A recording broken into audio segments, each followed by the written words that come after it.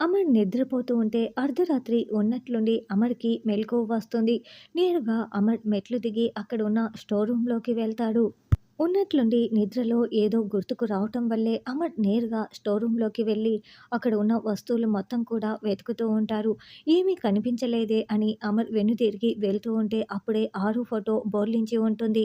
వెంటనే ఆ ఫోటోని చేతిలోకి తీసుకొని ఇక ఆరు ఫోటోని తదేకంగా చూస్తూ ఏవో గత జ్ఞాపకాలు గుర్తుకు వచ్చినట్లుగా బాగీతో పెళ్లి, ఆరుతో గడిపిన జ్ఞాపకాలు మొత్తం కూడా అమర్‌కి గుర్తుకు వచ్చినట్లుగా మనకి చూపిస్తూ ఉంటారు. అలా గుర్తు చేసుకొని ఉన్నట్లుండి స్పృహ కోల్పోతూ ఉంటారు. సరిగ్గా అప్పుడే భాగీ రాథోడ్ అక్కడికి వస్తారు.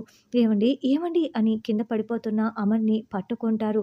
"సార్, సార్ ఏమైంది సార్?" అని రాథోడ్ అమర్‌ని తన భుజంపై పడుకోబెట్టుకుంటారు. అప్పుడే బాగీ అమర్ చేతిలో ఉన్న ఆరు ఫోటోని చేతిలోకి తీసుకొని, "అక్క ఫోటోని ఈయన చూసారు రాథోడ్. అక్క ఫోటోని చూసి స్పృహ తప్పారంటే ఆయనకి గతం గుర్తొచ్చిందేమో రాథోడ్" అని బాగి కొంచెం కంగారు పడుతూ ఉంటుంది. మిస్సమ్మ "ఏం కాదు సార్‌ని గదిలోకి తీసుకువెళ్దాం" అని రాథోడ్ అంటాడు.